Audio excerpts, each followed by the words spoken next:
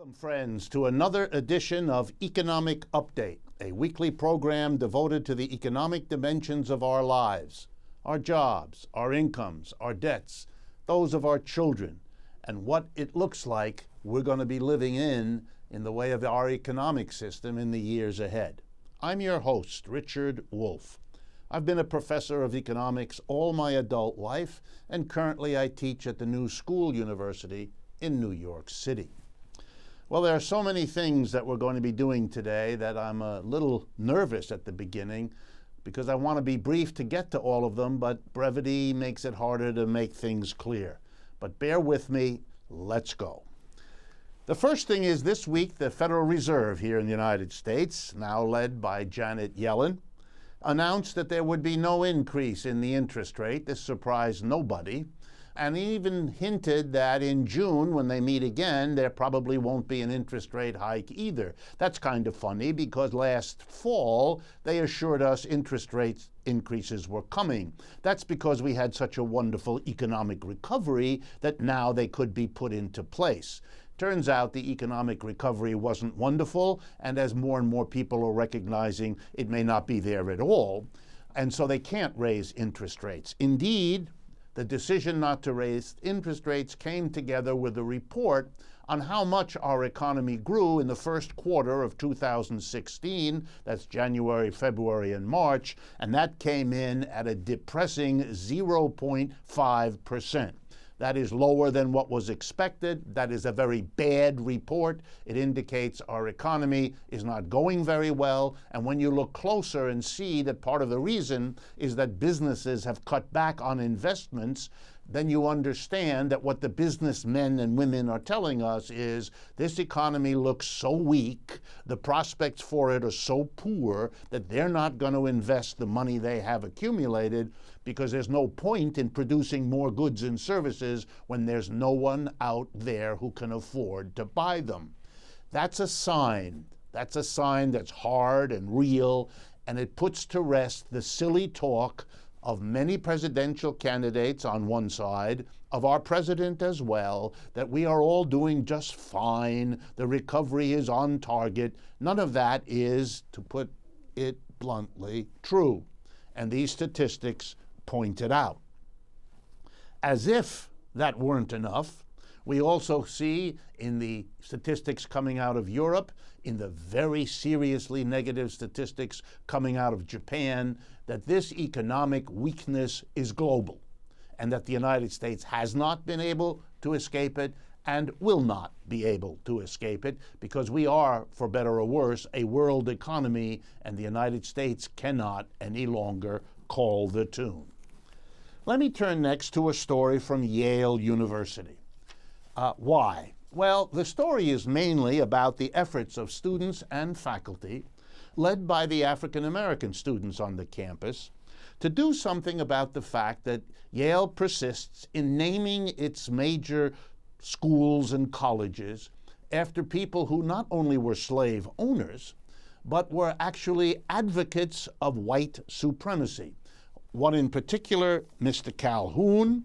There's a college at Yale named Calhoun College, and the students had built a campaign over some years to get the name of that school changed in recognition that John C. Calhoun's advocacy of racial supremacy made him a poor choice for the Yale campus.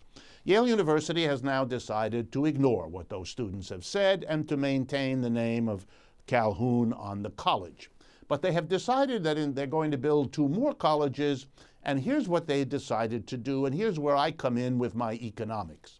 One of the forthcoming new colleges will be named after an African-American woman, legal scholar, and that's clearly an effort to somehow offset their refusal to deal with Mr. Calhoun as the namesake of the existing college.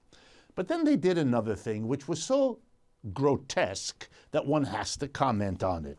They decided to name the second of the 2 new schools after Benjamin Franklin. Now, as students have pointed out, Benjamin Franklin was a slaveholder, and that might make one wonder why, at this moment of intense discussion on this issue, one would choose to name a slaveholder for the new college, given everything that's going on. So I wondered, I did some research, and it was quickly easy to find out. Here's what happened. A big donor to Yale University by the name of Charles B. Johnson, a businessman, of course, and a Yale alumnus, recently donated $250 million to pay for the two new colleges. And it turns out, as the president of Yale explained, that for Mr. Johnson, Benjamin Franklin was, quote, a personal hero and role model. So there you have it. There may be debates over the suitability of slavery as a principle and as a role model to follow. There may be questions about how you name buildings at what is supposed to be a multicultural, diverse university. But the bottom line at Yale, as it has always been, is the money. And when the money wants Benjamin Franklin, well, the money gets Benjamin Franklin. All the rest of what students and faculty are concerned about is so much babble. The bottom line at the great universities is we dance whatever tune the people with the money suggest to us.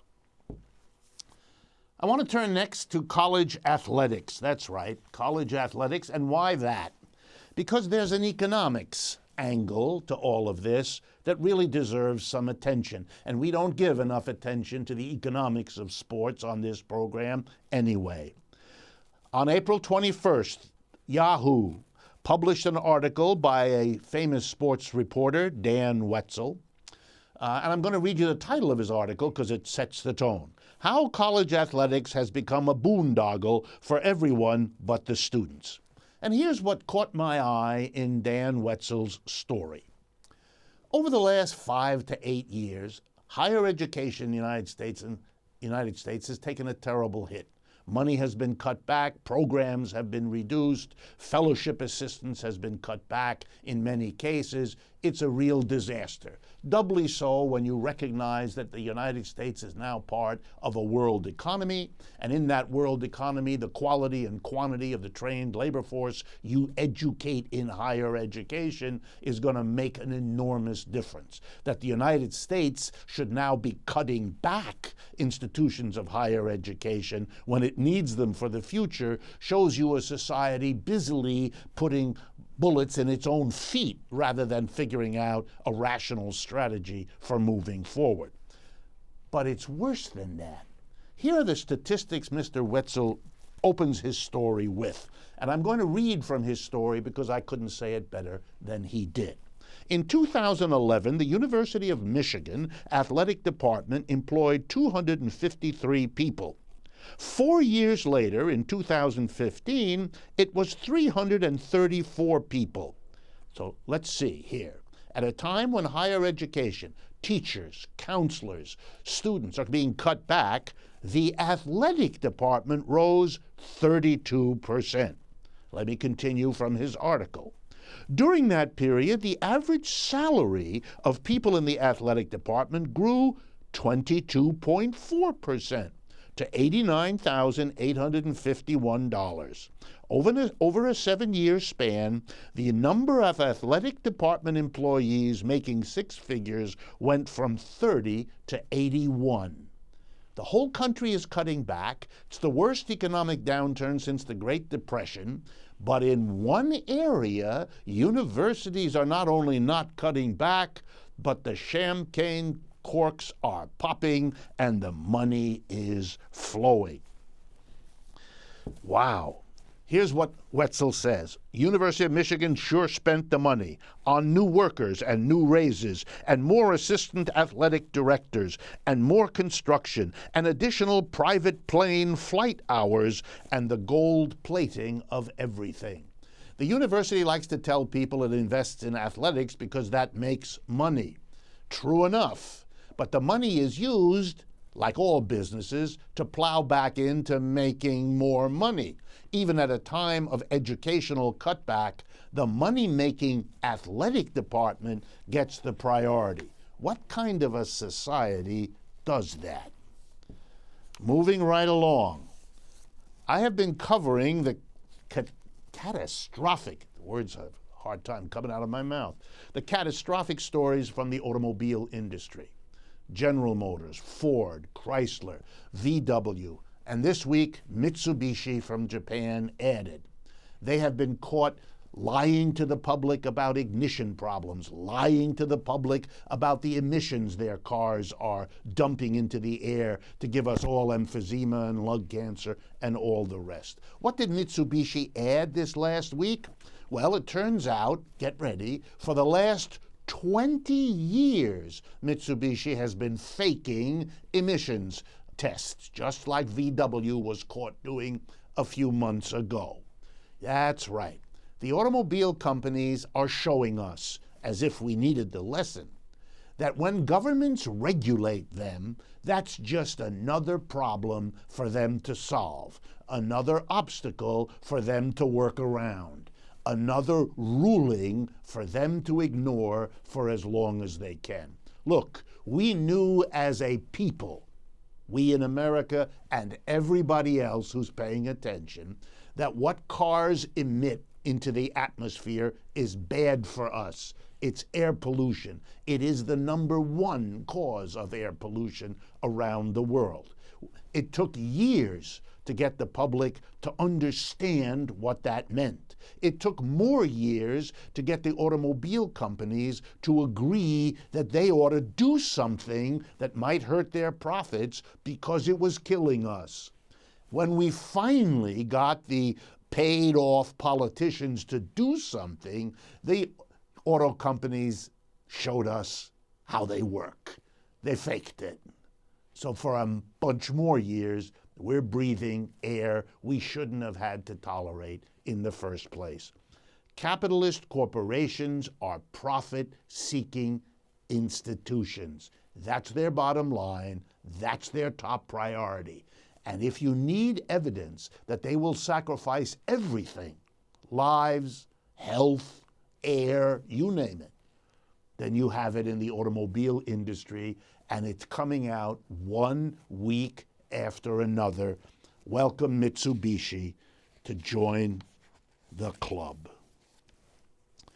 Let me turn next to another story that caught my eye, and I think you will find interesting as well.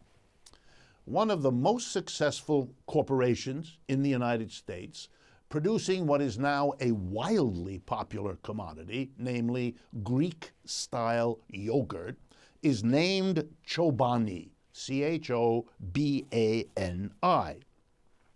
It is not the only company doing that, because it's a very popular item these days, but it is very, very successful. And in this last week, the president of Chobani both did something and said something that has deep economic significance, so I want to share it with you. The CEO of Chobani is named Hamdi Ulukaya, of Turkish background. The company has 2,000 full-time employees. And Mr. Ulukaya announced this last week that not only was his company wildly profitable, but he was very honest. And so he said, "I've built something I never thought would be such a success, but I cannot think of Chobani being built without all my employees." And then he put his money where his mouth was. Ready? He decided to distribute a sizable portion of the profits earned by Chobani. This is a multi-billion-dollar corporation, so we're talking big time. The estimates on Wall Street, I checked, are that this company is currently worth between $3 and $5 billion. That's a very large company. Okay, based on that, the shares that were given out to the 2,000 workers worked out as follows. average distribution per worker, $150,000 worth of shares. Long-time employees, because he gave more shares to workers the longer they had been with the company, some of them will get upwards of $1 million worth of shares. Those are shares they can turn around and sell tomorrow on the stock exchange for that amount of money. Wow. And why did he do it? Well, it's really interesting. He said very clearly, quote, this is from the New York Times story, quote, "Now they'll be working to build the company even more and building their future at the same time," end of quote. Notice what this CEO is saying. If you give workers a stake in the company, if they become part owners of the company, you're going to have a more successful company. What an idea. Take it the next step. Suppose companies were organized from the get-go as worker cooperatives, enterprises in which all the workers not only owned the enterprise, but made the decisions, functioned as their own board of directors.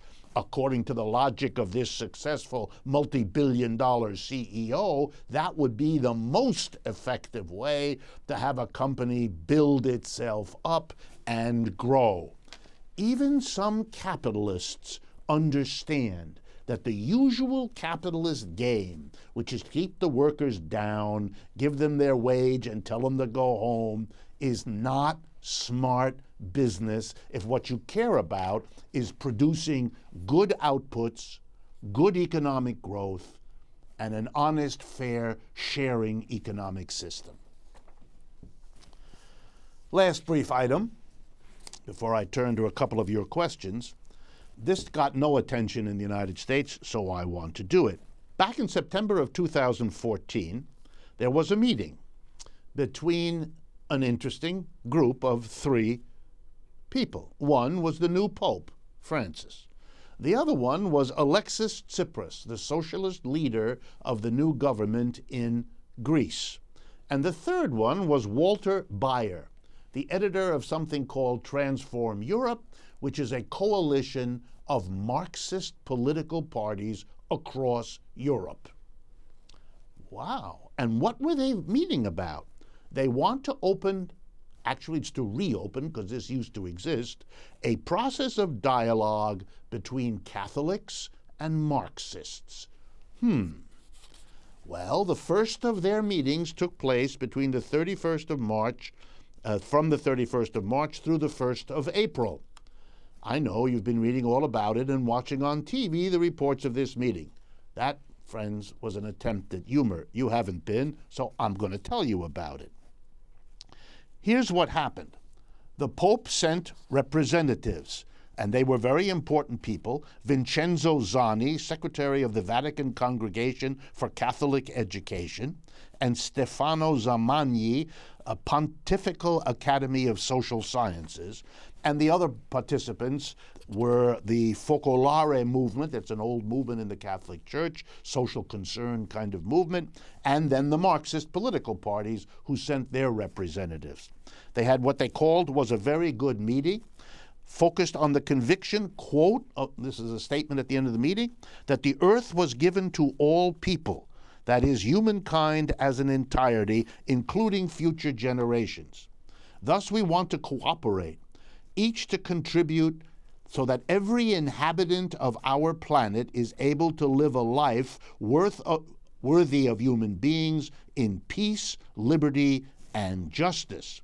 The environmental and economic crises, social justice, the problem of migration, this is very big in Europe, and human rights were among the main topics discussed. They pledged to meet again. The Pope added a comment, quote, "The environmental crisis is the result of a," and I'm quoting now, "structurally perverse system."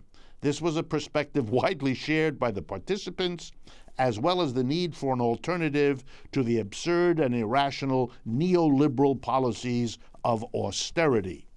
Interesting, who is getting together with whom to fight against what's going on. Okay, let me turn now to one of the questions you've sent me. And before I do, let me remind you how important to us your communications are to this program. We read every one. We ask you to make use of the email capacity at our two websites, rdwolf.com and democracyatwork.info. That's all one word, democracyatwork.info. You can send us your comments, your criticisms, but your questions. And we build these programs around what you want us to deal with. So thank you for sending them in. My apologies, as always, that we get so many from you that while they help us craft the program, we simply cannot answer all of them. But here's one I want to deal with. This is a question about worker co-ops.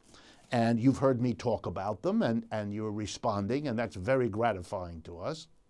But here's a question that says, when you start a small business, as an individual, you often have to put up quite a bit of your own money to get the business going. If it's going to be a worker co-op, how do you handle the problem that people who join later, who are added to the workforce, are basically able to cash in on the work and the money that those who started it put in? There seems to be an inequality here. Wouldn't this be a barrier to getting these kinds of enterprises going? Very good question. Very good that you sent it in to us. Let me answer not so much by telling you how it might be dealt with, but rather by telling you how existing worker co-ops have already, in fact, dealt with this problem, and there are multiple ways you have to choose among. For example, here's one. When new workers are brought in, the company undertakes, that is, the company being the old and the new workers together as an accepted rule of adding new people, that a loan will be now negotiated from a creditor, a bank or a lending facility or a government, and that money will be used to pay back those who began the company, give them back, perhaps with a reasonable rate of interest, the lump sums that they contributed to get the business going. So that instead of that being the money of those who began it, it's now, in a sense, a debt that old and new workers together will have to work off to reimburse those who started it. So it's a bit of a burden on the new ones who have to come in and begin with a bit of a corporate debt, but it is a way of acknowledging the initiative taken by those who began the business. Here's another way it's been handled. That new workers have to put in some money too. That a new worker, when he or she is added to the rolls, has to contribute a certain lump of money, more, less, depending on circumstance, than was used to begin the company. So everybody has a kind of skin in the game of a certain amount of money. Here's a third way. If new workers don't have that kind of money, not to make it an obstacle, you bring new workers in and you have a modest but significant deduction from their weekly paycheck, which is not money they don't have, but becomes money that is invested in the company and credited to that worker. In other words, he or she builds up over time an amount of money roughly parallel with what others put in at an earlier date. There are still other ways of doing this. If a government were supportive, as indeed in places like Italy and elsewhere governments are specifically supportive of worker co-ops as institutions, well then the government could also step in and help in this situation by providing low-interest loans to even up the amount of capital that each person has put in, and so on and so on. In other words, you're right to recognize an inequality here between those who begin it and those who come later, and that has to be addressed. That has to be put on the table, recognized, but co-ops have very successfully managed that problem. It is not an obstacle to the existence of co-ops themselves. Another question. We have barely time, but let me try. This was a person who reacted to my discussion last week on the economics of gentrification, where, if you will recall, I pointed out that gentrification is the working of the free market, the one that we're supposed to think of is such a wonderful blessing to all of us. A free market allows people with more money to push out people with less money from places both of them wish to live. If this violates your notion of fairness, good. Now you have a reason to be skeptical the next time you hear what a wonderful thing free markets are. But the question was, what could people in a neighborhood do to prevent all of this from happening? And the answer is to suspend the free market. We don't allow a free market, for example, in sexual services provided by some people to another. We don't think that's an acceptable arrangement, at least we used to, about that sort of thing. And we don't allow all kinds of other things to happen. We put a limit on how low you can pay a wage and a limit on how high you can charge an interest rate. We could also make a limit on how you change a neighborhood, that it has to be decided democratically by people at all different levels of income and wealth, and that there is not to be a transformation of a diverse community economically into a non-diverse, because that's not acceptable socially. That would be an interesting way to go to prevent the free market from doing the kind of gentrification that we see around the world. Well, folks, as always, I regretfully need to inform you that we have come to the end of the first half of Economic Update. We will take a very short break, as we always do, and then I will be back with Rob Robinson, who is my guest today, who's going to talk with me about the economics of poverty in the United States, where the problem comes from, how bad it is, what is or isn't being done about it, really fundamental questions about a society like ours that has the kind of problem with poverty that we do and that we have had for such a long time. Stay with us. We'll be right back. This is Economic Update. Welcome back, friends, to the second half of Economic Update. I am very, very pleased, indeed I'm honored, to have as my guest today Rob Robinson. So, Rob, first of all, thank you for coming. Thanks for having me. Rob is a formerly homeless community organizer and activist based in New York City. He is the co-founder of the Take Back the Land movement, which was a grassroots response to the foreclosure crises of 2008 and the years thereafter. He has strong ties to social movements in Brazil, South Africa, and Europe. He guest lectures on a regular basis at the City of New York University, City University of New York, their graduate center, and the Parsons New School here in New York City. Rob Robinson is a co-founder and member of the leadership committee of the Take Back the Land movement and a staff volunteer at the National Economic and Social Rights Initiative known as NESRI. Welcome to the program, Rob. Thank you. Okay, let's jump right into the topic today. You are, and I've known you for years now, so I know really well, you are a person who knows both firsthand and through studies of all kinds and activities about the poverty problem, so-called. So I'm an economist. I hear all the time about recovery, about how the stock market and corporate profits and the unemployment rate and so forth are all showing a recovery. But I'm also acutely aware that critics, among whom I am, point to the fact that we have stagnant wages, lower labor force participation than we've had for years, very pinched household budgets, overwhelming student debts, and a political landscape these days that shows a lot of people are not thrilled with whatever this recovery is. So tell us, how does the economy look these last few years through the lens of someone active in, focused on poverty? So, Rick, thank you. I think when you say the word recovery, I think what needs to follow is recovery for whom? I think there's a certain set of people that this recovery is working for. That's basically the 1% who are dictating our lives through capitalism and the effects of capitalism. But I think if you looked at impoverished people and people that have lived and been mired in poverty all their lives, nothing has changed. In fact, it's probably gotten worse, right? When you look at, pre-2008, the economic downturn, people were saying, well, things maybe stabilized, right? It's not so bad.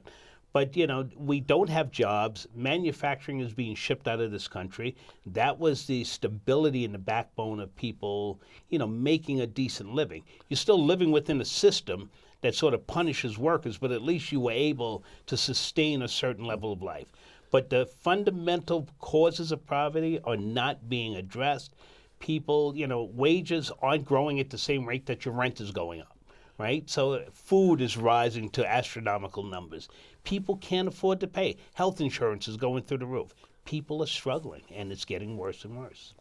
Okay, tell us a little bit, because I know folks, particularly folks who aren't themselves poor, putting aside for the moment how well we understand our own situation, right. Where is it showing up? You just gave a list. Where does it show up and kind of bite people hardest? Is it in their housing situation? Is it the diets that people are pursuing? Is it their health care? Is it the clothing, their schooling?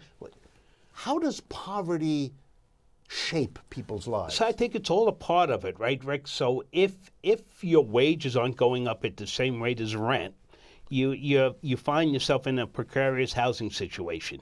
If you don't have stable housing, right, to begin with, a place to put your head at night, a place to call home, your eating habits start to become bad ones, right? Yeah.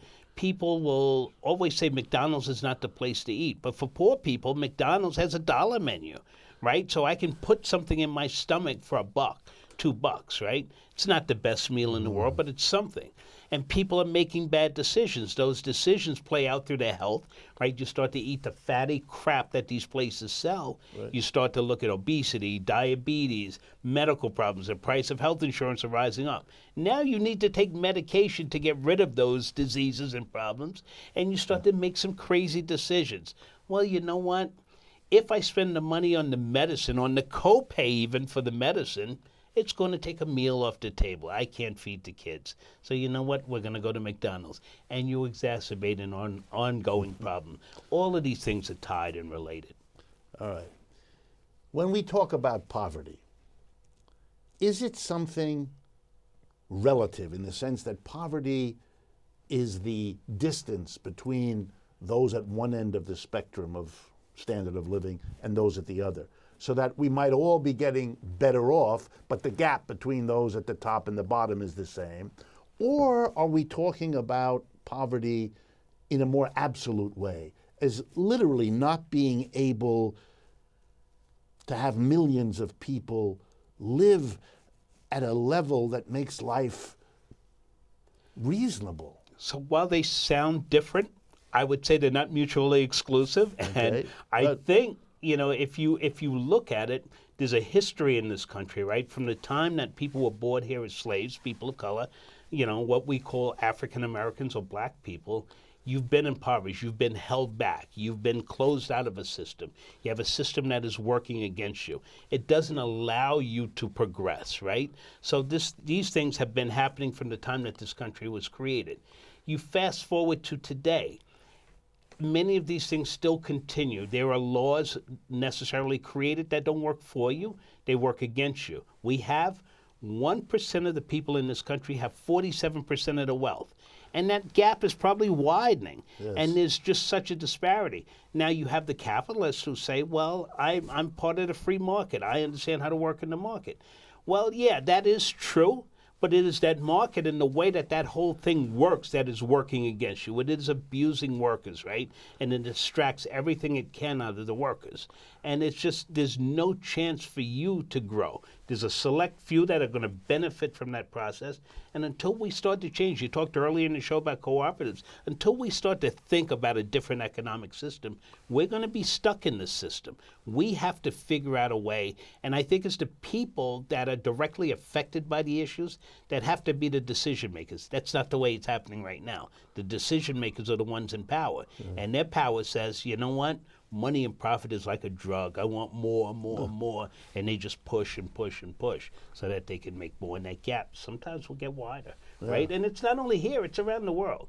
You see other developed countries around the world going through the same thing. Folks in the EU are at one another's necks right now, whether we should pull out, whether we should be a partnership.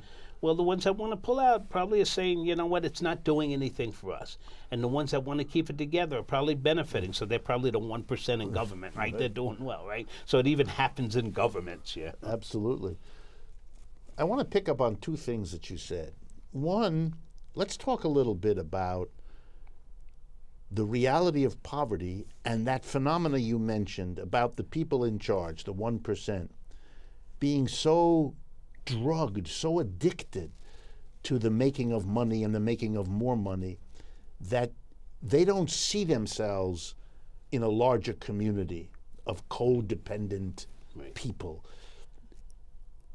Are we living in a society that is destroying itself in the following way your comment hinted at?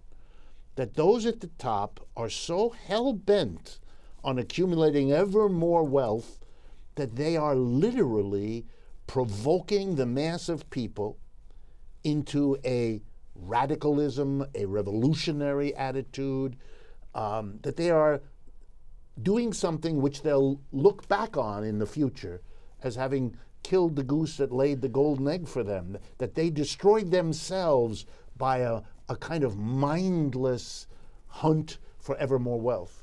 That hunt comes without any compassion for your fellow man at all. It's about me. It's individualistic. It's more that I can accumulate. And yeah, that's the course we're on. But there's also a groundswell now of people rising up and pushing back and saying, you know what, I'm going to push back against the system. We're going in a direction, so you have this system called capitalism that we all live on that's teetering on the brink. Whether or not we can overthrow it, I think depends on people rising up. We have absorbed, especially in this country, that mentality of sort of individualism, right? In the materials we buy. So we salivate for those products that they produce, right? So we have to look in the mirror sometimes and say, how do I contribute to this process, right? And I don't know if we're doing such a great job at that. There, select groups of people are starting to realize that now. But I think if we reached out to our brothers and sisters around the world and started to globalize, right? The forces that are pushing against us are global in nature. So we need to organize ourselves on a global nature and push back, right? So I think, yeah, to answer your original question, are they eventually going to destroy themselves? I think so. I can't tell you when that time is, and it might be in the distant future. But I do think you're seeing a certain level of radicalism that you've never expected before. And I will give some credit. I've often been critical in my work in communities around the Occupy movement, right? But one thing Occupy, if nothing else, gave us a broad economic umbrella of which to organize ourselves under. They weren't the best at organizing, they were great at mobilizing, but they gave us a subject to organize under, right? An umbrella to organize under. Right. Well, let me push this a little bit. Sure. The strange, because to me it's sort of strange, self-destructiveness of the 1% is shown in another way. Those at the bottom, as you say, are beginning to push back, are beginning to recognize they've got to do something about a system that leaves them with the short end of the stick most of the time. But I can't but help remember that recorded secret conversation of Mitt Romney during the last presidential race when he was caught pandering to some of his contributors by referring to the mass, half the people of America, as being freeloaders, people who don't want to work but just want to ride. This is the way the 1% needs to see the people who they don't care about and whose lives their business decisions are destroying. Mr. Romney worked for Bain Capital. It's really a perfect example of this kind of enterprise. So I think your point is proven. The people at the top are becoming nasty in their attitude towards their fellow citizens. It's not just that they're screwing them the way the system works, but they're becoming hateful toward them. Absolutely. And you're going to see the same in reverse. And I think you see it in one way around certain Trump supporters and in another way around the extraordinary success of Bernie Sanders, Absolutely. that people are getting angrier and angrier. The number of T-shirts I have seen in the last 6 weeks that say anyone but Hillary is a remarkable hostility that is focused in this case on her. Absolutely. But wherever it's focused, there is a kind of polarization that already suggests that this explosive gap that you talk about is underway. Is that consistent with your... Yeah, absolutely. So the work we did at Take Back the Land, Rick, we often theorized about what we call social clashes. Some people may call them wars. War is another name for them, a euphemism. We call them social clashes. One of the first that we theorized happened in this country was the Civil War. The North wanting to profit off of automation and production, and the South still wanting to profit off the backs of slaves. And that caused a social clash that we called the Civil War, right? Fast forward to the 50s, 60s, and the Civil Rights era, right? There was a social clash of people saying, I'm not allowed to sit at a lunch counter. I'm not allowed to sit at the front of the bus. And then they started rebelling and said, I'm not moving. What are you going to do? Another social clash. We would always theorize in the housing market that there was going to be a social clash over the right to profit off of land versus the human right to a home and to live off of this land. So I say, yeah, I think, there is this groundswell. There is this hatred out there. We've seen it manifest itself before, but I don't think it's manifested itself to the degree as you just explained it now. And I look at my own lived experience to talk about a lot of this, right? So we've always painted this picture of homelessness in this country. You're homeless because you don't want to work. You're homeless because you have mental illness. You're homeless because you have a chemical addiction. You're homeless because you don't want to work, or you have alcoholism. So, I spent 2 years on the streets of Miami and 10 months in a New York City homeless shelter. But as I was in that homeless shelter and I started seeing people struggle to get out of that shelter, and then myself having gotten out in 10 months, and people say to me, oh, you got out quick. I'm like, well, what's wrong with this system? Yeah. And then I look back at my own family, and this is not to target my family, but to kind of build a picture of what has happened in this country, right? My family raised me that way, to say the person you passed on the street that is begging you for money doesn't want to work.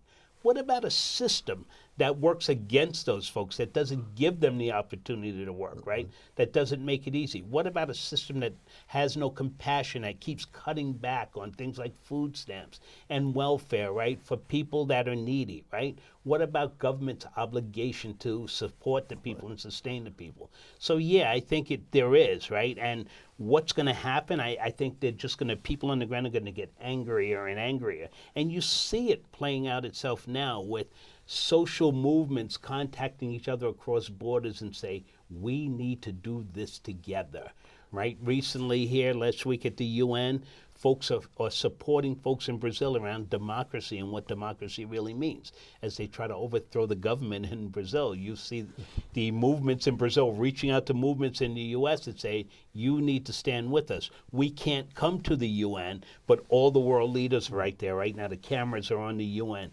Get out there and support us. Right. And you saw social movements from around the country get out there and support them. Right. No, it's amazing to me as an economist, that capitalism is such an unstable system, that every student learns who studies capitalism that every 3 to 7 years it has this irrational downturn. Millions of people are thrown out of their work. You can call it whatever you want, business cycle, ups and downs. Right. But the reality is this is a system that periodically destroys people's careers and lives. And if this happens to you once, it can be traumatic. But if it happens to you repeatedly, which is the history of African Americans, right, for example, well then you have a system that is knocking you down.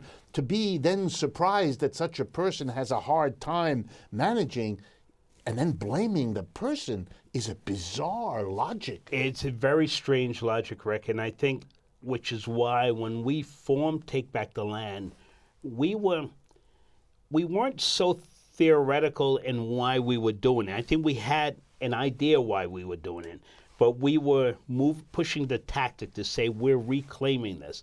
But then we started to sit down with members of academia and sort of putting our thoughts together. It came to just that. there's years of this and years of this, and how do you overthrow it? And which was why we started to understand why your organizing has to be transformative versus reformative. We don't want to change, or we don't want to fix an already broken system. We want to create a new system, something new. Throw out the old, bring in the new. This is not going to work for us, and we're constantly going to be in these clashes. And you know, you're gonna have people constantly pushing down on you, and whatever capitalism has to do to mash you like a little bug, it's going to try, right? But it's not a system that's going to sustain itself. You go through these cycles, right?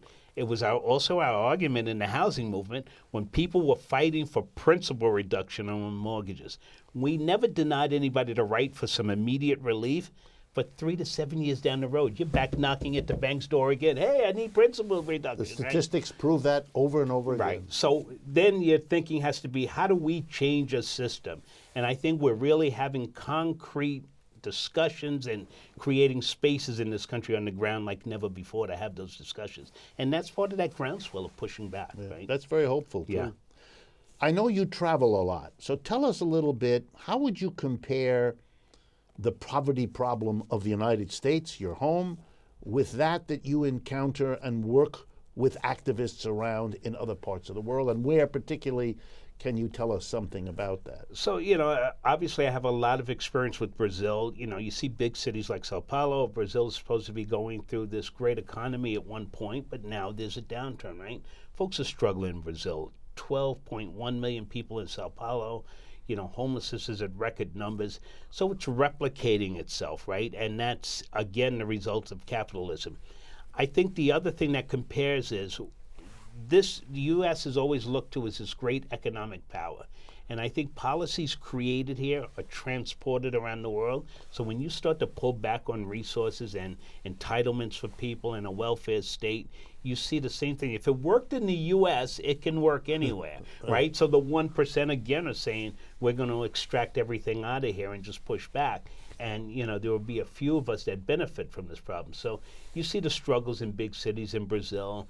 You know, I work closely with housing movements in Spain, right? Spain, while they have a progressive government rising up, that is part of that pushback. Right. But Spain has gone through some tough economic times. Greece, you talked earlier in the show about Syriza and his government, right? You know, it's really stressing folks around the world. Economies are struggling, and for the same reason. Manufacturing is an abuse of labor. Wages just aren't rising. So you see the same problems replicated in big cities. I just read reports from Japan, you know, in the wake of the earthquake, and they're trying to move resources to recover this area. Japan is suffering economically, right? Very serious. Right, yeah. They have they're the leader in the world with this phenomena of negative interest rates. And things are so bad that the government punishes banks who keep money there in the hope that will drive them to invest, but it's not working, and as the latest numbers from Japan show. I think, Rick, there's another issue, too. You talked earlier in the show about interest rates. And I always I think now, at one time when things were a little bit better here, there were some good interest rates now. You go to a bank now, and for a certificate of deposit, putting your money away for 7 years, they're giving you 1%. If you're lucky. If you're lucky. You know what? I'll put it under the mattress. I know where it is. I know you're not finagling with my money, right? It's right here. I sleep on it every day. So it's a phenomenon that's so strange. And, you know, why would I put it in one of these institutions when you're almost gambling? I've seen what you've done to people's lives. And then I'm going to be complicit in that? I don't think so. And especially not if you're not paying me. Absolutely. There's also another phenomenon which I will talk about probably next week called bail-in. Now, we've all heard about bail-out when the bank does something illegal, inappropriate, or stupid, and the government comes in and bails them out. Right. But what about when a bank wants to solve its problems, not by leaning on the government, because that's politically dangerous, but by taking the money of its depositors? That's called a bail-in. Now you've got the problem that putting your money in the bank earns you next to nothing, but now exposes you to a risk you never thought about before. And this is going to have ramifications, but I don't want to take our time. Let's go back. Do you think poverty is an issue in the election that's going on in the United States? And tell me how. Absolutely. I think you have Bernie, who is a progressive, right, and is thinking of socialism and thinking of government in a different way, right? He is the true one. He's the true voice behind that. I think everybody else in the platform is aligned sort of with big business and big government, right? Even the Democratic Party, which traditionally says otherwise. But I think Bernie is the hope for the future. He may not win this election, but he has people mobilized and organized and thinking differently, right? And as you said earlier, with the T-shirts, with the slogans, there are messages. Young folks are out in record numbers again, almost like Obama. So a new wave in is sweeping. 2008. Right. That's right. There's a new wave sweeping, and people are now conscious of this. Occupy plays into this, right? It was young folks rising up, school debt, and it's not so much just the very, very poor, but it's quote unquote what used to be the middle class is suddenly eroded. And people who were told to go to school, and if you go through 5 years of school, 6 years of school, and you come out with a graduate degree, you're going to make a six-figure salary. Well, you know what? There are no jobs when I come out.